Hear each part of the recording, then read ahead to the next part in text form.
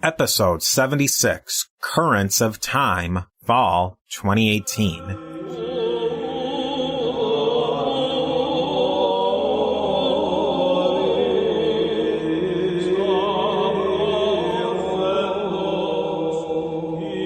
Thank you for listening to the History of the Papacy, an Agora Podcast Network member. We are on Facebook and Twitter. I set up a Facebook group called A2Z History Page Group.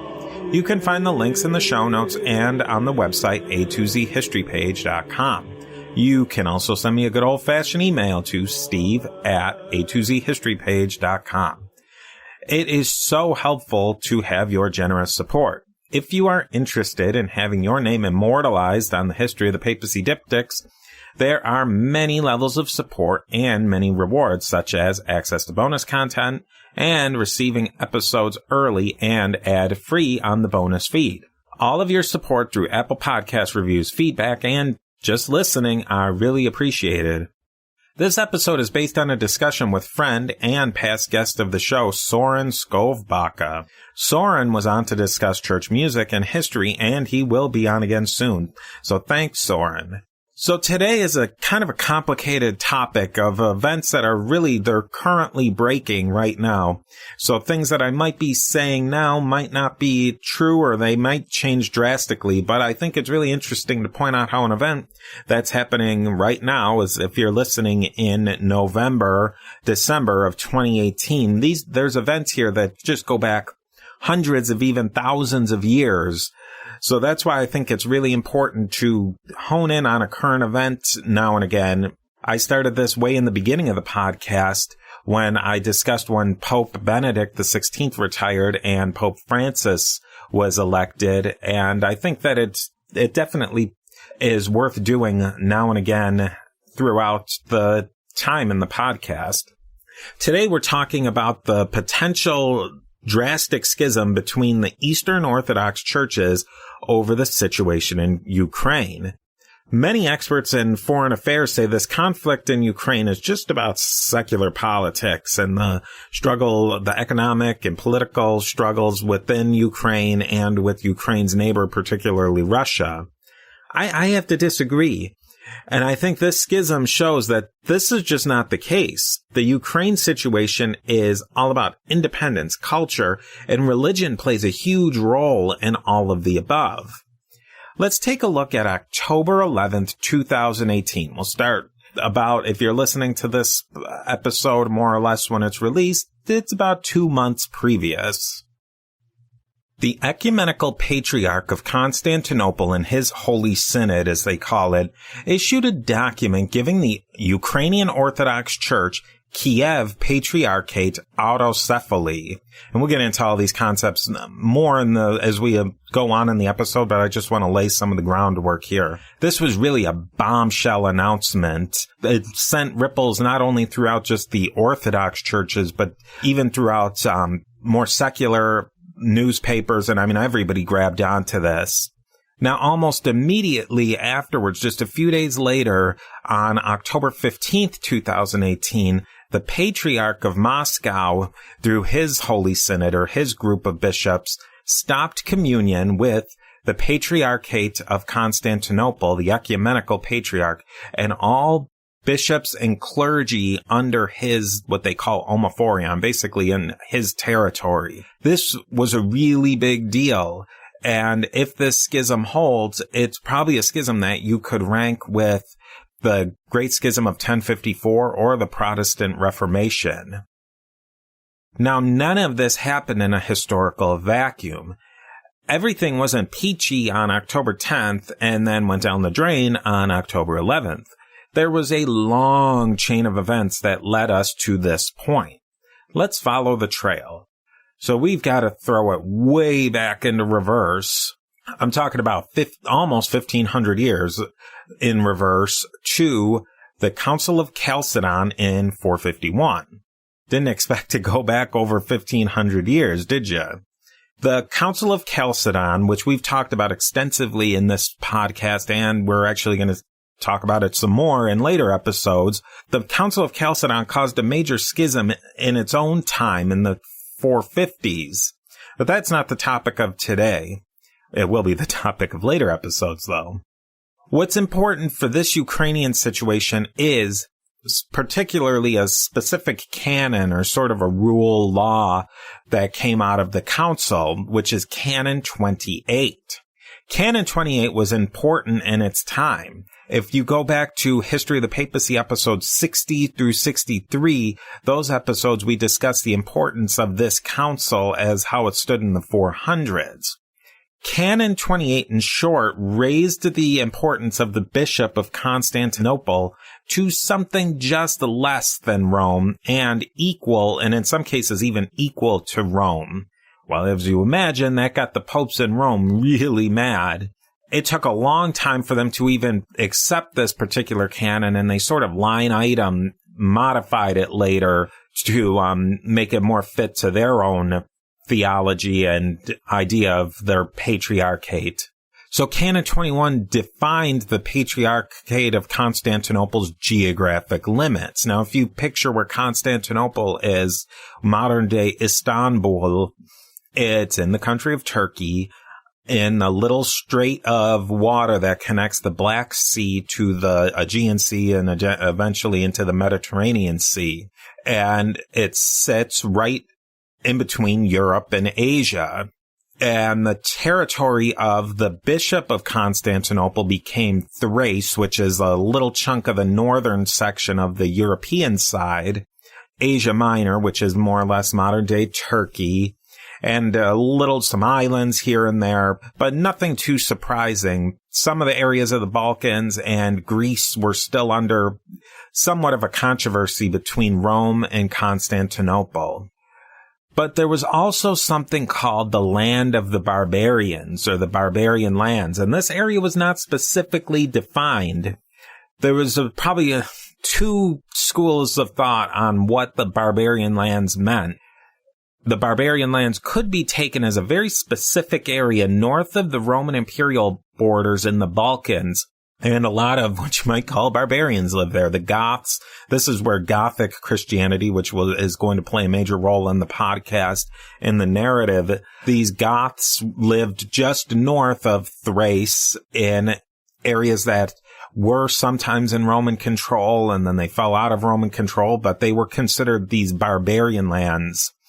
But this idea of barbarian lands could also be taken as any in the world not explicitly defined to one of the other great patriarchates. Alexandria, for example, was all of Africa. So even though the people of Egypt or Europeans or Romans to this point didn't know a huge chunk of Africa even existed, there really wasn't a big argument that that was the Patriarchate of Alexandria's canonical territory to open up new churches or do missionary activities. If we put this into a modern context, the Ecumenical Patriarch, another title called like the Universal Patriarch, which is just the Patriarch of Constantinople, I'll probably commonly refer to him as the Ecumenical Patriarch. To this day, he claims ecclesiastical authority over Orthodox Christianity in places that weren't known of even in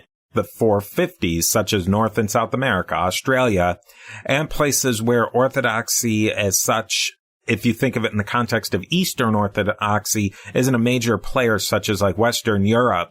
That's he considers their barbarian lands, meaning that they're not Orthodox Christian lands. It's looking at it in a very Roman Empire kind of view. We have one piece of the historical puzzle laid down, but there's a lot of other bits of this jigsaw puzzle to put together. Now let's fast forward a little bit and go to the 800s. We have the context of Christianity and civilization, if you will, spreading from the south to the north, and we're in the so-called Dark Ages. The Eastern Byzantine Empire sent Christian missionaries, trade, military envoys, etc., to the area of the Slavs in Middle and Eastern Europe.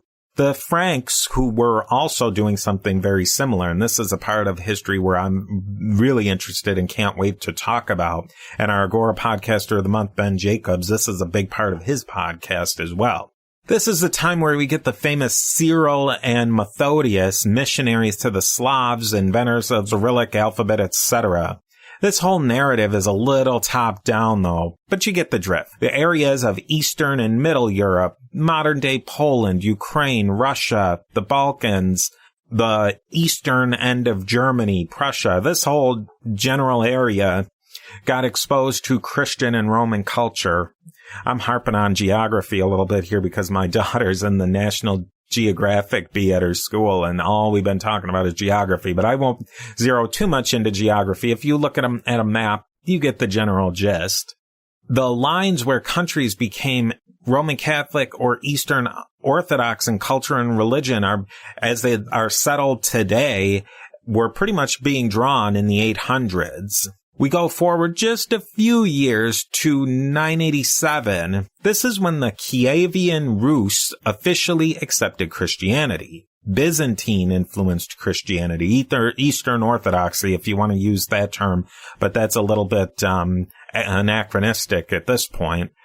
I can't, and it's just too much to get into all the details, but in short, the Kievan Rus were Scandinavian Vikings mixed with local Slavic populations in the area of Western Russia, Ukraine.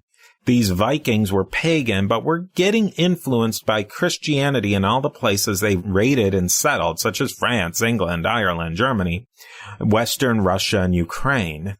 A leader of the missionary church to the Rus was established by the ecumenical patriarch in Kiev. The leaders of the Kievan Rus officially adopted Christianity. They needed a leader. The leaders of the Kiev church were selected and approved by the ecumenical patriarch. And for a long time, many of them, if not most, were Greeks from down south, and they were transplanted up north and settled in as metropolitan bishops, archbishops, etc. And I should just mention, too, how we have the Cyril and Methodius story. But like I said, there's a lot of currents of history going on here where it definitely wasn't a top-down affair. There was a lot of bottom-up as well. We zip forward just a little bit to 1448, and this is where we have the Russian Kievan Rus Church being granted their autocephaly. Autocephaly is self-ruling or self-heading. It's a term used in Christianity to say when a church is allowed to pick its own ecclesiastical leadership. It's basically becoming still in communion, but independent of the mother church. This is something that really did not happen in the West. It happened in the East when a local church had grown enough and was stable enough to run its own affairs. The mother church basically spun off a subsidiary church to be its own independent organization under either a metropolitan bishop or a patriarch. And I said this phenomenon did not happen in the West. In the West, the Pope was and is the authority over all of the national churches. There was a time when national churches almost split off as self-governing churches. We're talking during the 500s and 600s and a little bit into the 700s, the times we're covering right now in the episodes of the history of the papacy. The Archbishop of Venice is styled patriarch, and that comes from the 500s, where that section of Italy, way northern Italy, was becoming politically independent, and they were trying to get some independence from the Pope. Something similar happened in France, but it never stuck. And the Patriarch of Rome, the Pope, became, they call it the ordinary bishop. He became the bishop of the entire Patriarchate of the West. And there's a lot of reasons for that, but we will get into those soon. In 1448, though, let's go back to the East in Russia, Ukraine. The Church of Kiev and all Rus was granted autocephaly by the Ecumenical Patriarch in Constantinople. This Byzantine Empire had been in a long decline. The Rus were getting stronger economically, politically, militarily. They were getting settled. As you probably all are well aware of, in 1453, the fall of Constantinople to the Turks happened. The ecumenical patriarch became basically an ethnarch of sort of the Greek Christians in the Ottoman Empire. The ecumenical patriarch still had importance for orthodoxy, even outside of the Ottoman Empire, but as far as his power was put into major disruption.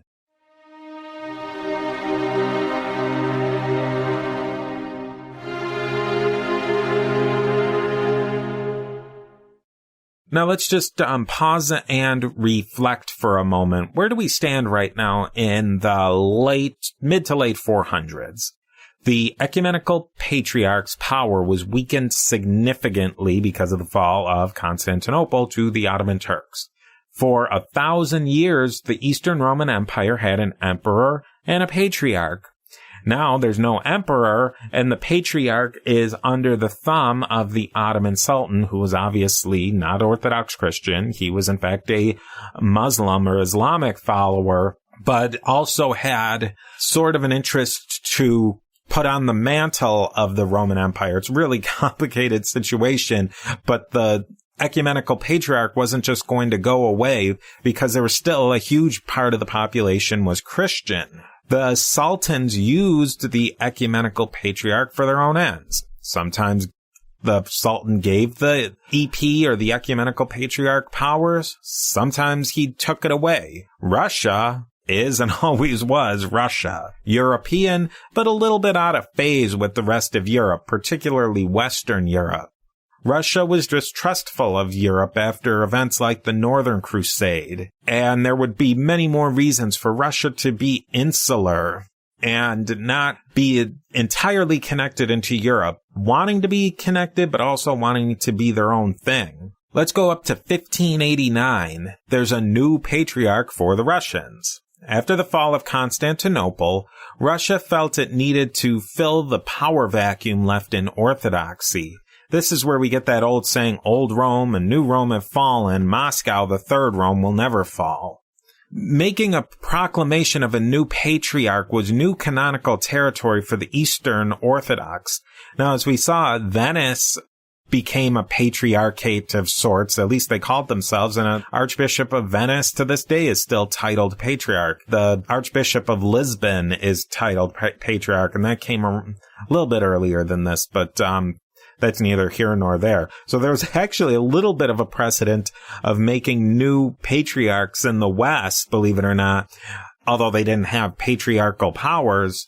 But this was outside of the tradition in the East. In the East, there was the traditional patriarchates of Constantinople, Alexandria, Antioch, and Jerusalem. Rome, of course, being one of the original five, but after the schism of 1054, didn't count for anything in the East. These original patriarchates of Constantinople, Alexandria, Antioch, and Jerusalem all were established within the first 400 years of Christianity. And really, if you take Constantinople out of that mix, within like the first 150 or less years of Christian history. But Moscow was made an independent patriarchate and was even made the third in line after Constantinople and Alexandria.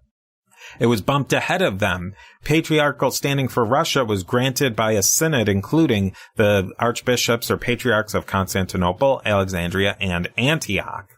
The Russians now had a strong position in the church and therefore another powerful political chip. And we should mention the political situation of long series of events and wars and invasions. The focus of power in Russia, political power, had shifted from Kiev in what's modern day Ukraine to different areas in Russia, but ultimately settling in Moscow. The 15 and the 1600s were a very rough time for Middle and Eastern Europe and the Baltic. There's just constant wars. The Russians, the Poland, Lithuania, the Swedes, Germans, Denmarks, etc. They're always fighting, and they're all different religions. They're Catholics, they're Protestants, they're Orthodox. And in some cases, there was just a serious mix-up here. The Roman Catholic Church constantly tried to get the Orthodox to form a union with Rome. Some Orthodox churches actually did, particularly in the Ukraine and the western section of what you might consider the Russian, like the Slavic borderland between German area of Germany and we're basically talking about this area of Poland, Slovakia, western Ukraine. And in this area, some of the Orthodox became what's called the Unia, or the Greek Catholic Ukrainian churches. They still exist to this day. They follow Eastern Orthodox practices and liturgy, but they're in full communion with Rome and are not in communion with the Eastern Orthodox churches.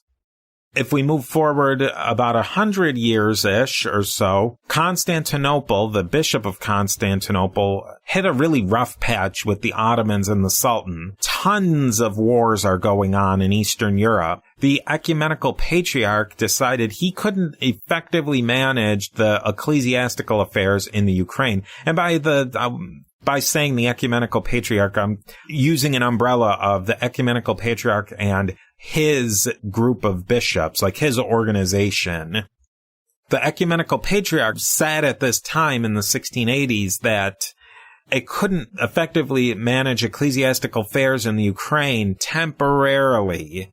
The Ecumenical Patriarch handed over administration of the church to the Patriarch of Moscow. Supposed to be temporary. The diptychs, we all know about diptychs from the history of the papacy diptychs, available by becoming a member at patreon.com/papacy. Diptychs are the lists of bishops in a particular area, and they're commemorated starting with the highest ranked bishop. In this case, the diptychs of the Ukrainian church is what we're talking about. In the diptychs, the Ecumenical Patriarch was supposed to be mentioned as among the first, which means that he's the top dog, the top bishop. That phrase, among the first, was a way of saying where the Ukrainian church fit into an ecclesiastical structure and who they answered to. They answered to Constantinople, not Moscow. This is the Ecumenical Patriarch's argument. The transfer of administrative duties or oversight of the Ukrainian church was temporary. De jure power over the Ukrainian church ultimately rested with the Ecumenical Patriarch. The Patriarch of Moscow was the de facto power of the Ukrainian church since 1689. Now, as you might imagine, Moscow Patriarchate sees things a bit differently. As they see it, the Ecumenical Patriarch gave this de facto power to Russia, to Moscow, but then they were out for like 400 years, 300 something years. The Ecumenical Patriarch claims that they never gave up rights to governing the Ukrainian church. It was just temporary. The Patriarch of Moscow says that they have this de facto power over Ukraine that became almost de jure because it's been so long. That why didn't the Ecumenical Patriarch get itself back in long ago? So we have a complicated stew of ecclesiastical lawyering, basically. We have to make a slight digression here into the late 1700s. It's a digression, but it adds a little context to the situation. Don't worry, I'm going to make this one quick, but I think it'll help you understand things a little bit more. Russia started a missionary project in the Americas through their holdings in Alaska. Over the course of the 17th and the 1800s, they expanded into the west coast of the United States and eventually had parishes all over the United States and Canada, the Moscow Patriarchate, the Russian Church. In the meanwhile, a large influx of immigrants came from southern and eastern Europe, along with Middle Eastern Christians in the late 19th and 20th centuries. I think if you're from the United States or Canada or Australia, immigrant countries, this sounds familiar. Each ethnic group that settled established local Eastern Orthodox parishes that were organized through the ecclesiastical structure of their home countries. For example, Syrians and some Lebanese, Bulgarians, Albanians, Serbians, Romanians, etc. They would move here, to the United States in this circumstance, but say they moved to a certain city, they would start up a church that was almost all of one ethnic group. Take Serbians, for example, and they would get a priest who would answer to a bishop that maybe was not even in the United States, but maybe in Serbia. That bishop, maybe a bunch of churches would pop up in an area where there was a heavy amount of Serbs. Just take, for example, a random state of Pennsylvania. There's a lot of Eastern Orthodox there.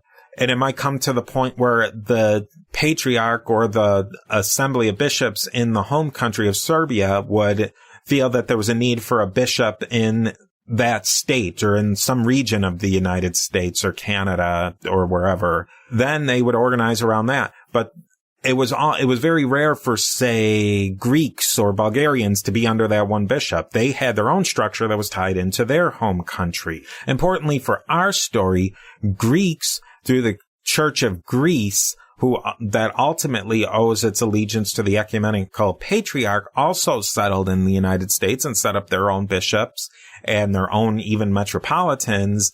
And there's a ton of them, very much equaling and even in surpassing in some respects the population of Orthodox Christians who owed their allegiance to the Moscow Patriarchate. Then we zip forward a little bit to the Communist Revolution in Russia. I'll mention it briefly, but it will be important for a moment or two as well. The communists initially really clamped down hard on the church in Russia. That made administering parishes in the Americas and outside of Russia very difficult. In the 1970s, the Moscow Patriarchate granted Russian Orthodox churches set up in America autocephaly, which became something called the Orthodox Church in America. There's just one slight hitch in that situation with a group that split off from the Russian Orthodox Church of Moscow called the Russian Orthodox Church outside of Russia, called Rokor. And this was due to a view by Russian Orthodox living in the West that the church in Russia was cozying up and corrupted just way too much with the Soviet government. And we'll just touch on that a bit more in a few minutes. The ecumenical patriarch did not and does not recognize Moscow's canonical right to grant autocephaly to their churches in the United States. A major political argument that's definitely plays in part to the issue of the Ukraine today between the ecumenical patriarch and the Moscow patriarch. Now, like we said, the Soviets took over power in Russia in 1917. Obviously, this avowed atheistic regime taking over of a well-established church that was connected to the former regime would have some serious consequences. There were large-scale and just brutal persecutions of Christians and other religions. People started to drift away from religion or practice in secret. It's hard to stamp out institutions that are so well-established. But in some cases, people drifted away, but some people also held fast to their beliefs. Many of the Orthodox of Russia fled to the West, ones who could, or some fled to China and eventually to the West. That's a very interesting situation. In fact, there's a movie made about that could be an interesting topic for a Beyond the Big Screen episode. But anyways, one way or the other, the Orthodox Christians who stayed in the Soviet Union had to make certain compromises with the new regime. Then we have World War II. The Soviets saw Orthodoxy as a way to unite the people of the motherland and all that talk, culture and religion, and we're Russians and they're not Russians, that sort of thing. Many clergy members developed ties to the Soviet state apparatus. And of course, Ukraine was drawn in closer to the central Soviet state. In late 1980s, 1990s, the Soviet Union fell. Christianity made major growth after that. The Russian government saw the Orthodox Church as a way to unite the country and to move on from the Soviet era. The government spent lavishly on the church and supported this growth that rebuilt churches, opened new churches, refurbished monasteries, helped new monasteries get established. basically see Vlad Putin. You can see him. If you watch or see pictures of a Russian Orthodox service, he's front row center at all of the major services. So are other people like Dmitry Medvedev, et cetera, et cetera. As you know, Ukraine formed its own country in the wake of the fall of the Soviet Union. There's just years of turmoil in the country, and it's political and religious and economic unrest. Here comes in a new character called Patriarch Filaret of Kiev. He has a really strong KGB affiliation. He set up a splinter independent church in Ukraine called the Ukrainian Orthodox Church Kiev Patriarchate. Not to be confused with the canonical, this is the UOCKP, Ukrainian Orthodox Church Kiev Patriarchate. It was up to October 11th, 2018. Uncanonical and not recognized as a part of the Eastern Orthodox Communion. The recognized Ukrainian church was the Ukrainian Orthodox Church Moscow Patriarchate. That was the one that was recognized by all the other Orthodox churches in communion. This Filaret was excommunicated by the Moscow Patriarchate, and his church was not accepted by the canonical organizations of the wider Orthodox communion. In the meanwhile, the ecumenical patriarch started strengthening ties to the West, particularly the Pope of Rome.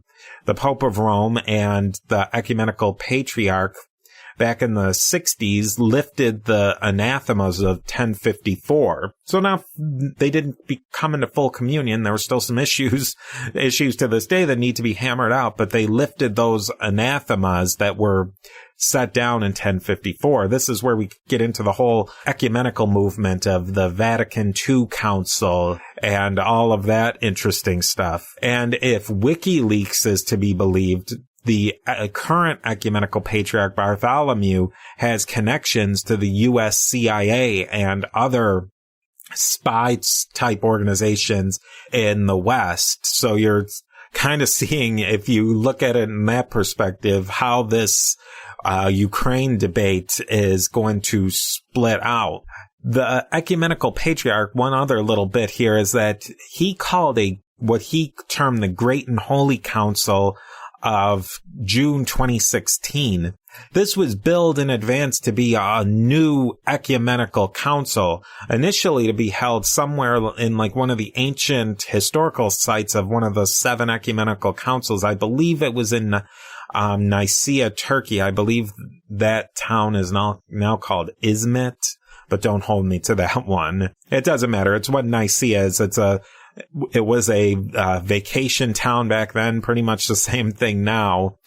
But this council didn't even wind up being held in Turkey, so that's neither here nor there. That was actually moved to the island of Crete. A whole host of issues were brought up, but in the end, not every Orthodox church even attended this council. Russia and Orthodox churches more allied toward them refused to attend. They wanted the council to be postponed in order to hash out certain issues. They felt that the ecumenical patriarch was taking really heavy-handed positions, acting more like a Pope of Rome and not in the traditional role of the ecumenical patriarch as first among equals. The ecumenical patriarch and his allies thought they were basically stabbed in the back by Russia and its allies. So you see another split happening here. We round up all the way back to October of 2018. The ecumenical patriarch granted a tomos of autocephaly to the Ukrainian Orthodox Church Kiev Patriarchate.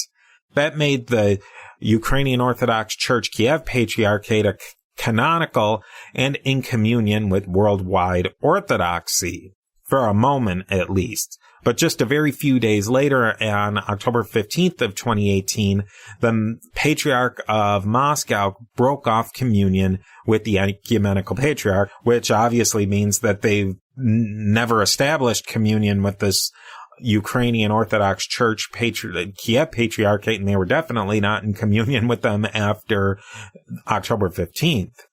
And this means that there's no communion or Eucharist or any sort of dialogues between Russian clergy and with any ecumenical patriarch or Greek clergy all across the world now, because remember, these churches like in the United States, Western Europe, Australia, any other place basically besides the old world, Greek churches are mixed in with Russian churches all in the same town, and they would do a lot of things together. Well, not anymore. Here we are in November, December 2018. Nothing much has changed. Most of the other churches are sort of on a wait-and-see situation. Many of the churches are actually, some not very happy with what the ecumenical patriarch did. Some are happy. A lot of Orthodox Christians would say that there were a lot of Orthodox Christians in Ukraine who were out of communion, excommunicated from the wider Eastern Orthodoxy, but now they brought them into the church, which is a good thing. And nobody at this point really knows how this whole thing is going to turn out. We could return to this situation in a year from now and everything's Jim Dandy, or everything could be status quo, or everything could grow even worse. Now, just quickly to end this episode, just my 2 cents. So take this with a grain of salt. Who am I? I mean, this is just my ideas here. I've tried to show to the best of my ability the context and the historical background of this really complicated situation. There's a lot of moving parts here. I know people are going to say, hey, the Catholic Church and the popes aren't directly involved, but Pope Francis has a really close relationship with the ecumenical patriarch Bartholomew. There's many Catholics in the Ukraine too, so you can't say that this has nothing to do with the Roman Catholic Church. And on top of all this, ecumenical patriarch Bartholomew and Pope Francis have had a continuing dialogue on bringing these two churches together more, and with the goal of communion at some point. And even the Patriarch of Moscow has had high-level discussions with the Pope of Rome and even the leader of the Nestorian Church. All of the churches, the Oriental Orthodox, the Roman Catholics, the Eastern Orthodox, and even the former, what you might call the Nestorian churches, they're all in dialogues right now to form closer relationships, but now you see this big schism happening. As I said, many experts say religion has little to do with this conflict in Ukraine. It's kind of a side issue, and I would respectfully disagree with them. Religion is an important part in Eastern Europe. It's growing where religion is in decline in other areas of Europe. This schism will have a real impact on regional and even global events. The effects of these decisions will definitely ripple throughout Eastern and Southern Europe into the Middle East and more. I mean, that's just the initial epicenter of these things, but it's going to spread into the Western world and into the East. I definitely plan on doing more episodes on current events. I have an idea germinating for the background on the Catholic Church abuse scandal. Obviously, this is a very sensitive topic, and I want to very properly have my ducks in a row and really have that issue and that episode locked down before I go out with it, if you will. So that one's definitely in the works. If you have an idea for a current event topic that you'd like for me to do a little research on, maybe find a guest on, let me know, and I'd love to talk about it more. Thanks a lot for joining me, and I highly suggest you go over to patreon.com/papacy to find out more about the great benefits becoming a patron of the History of the Papacy podcast. Now, for the History of the Papacy Patreon diptychs. A huge shout out goes to our Rome level patron, Peter the Great. I want to thank our Constantinople level patrons on patreon.com/papacy, Sandy, Andy, Paul, Dr. Jeff, Robert, Sean, Yoren, Molly, Mary Carmen, Doppo, Brian, Stephen, and Rick, as well as our Alexandria level patrons, Francine, Richard, Justin, Rupert, Roberto, Fiatjop, and Elizabeth. I really sincerely appreciate you taking the time to listen, and I look forward to seeing you on our next step on our trip through the history of the popes of Rome and Christian Church.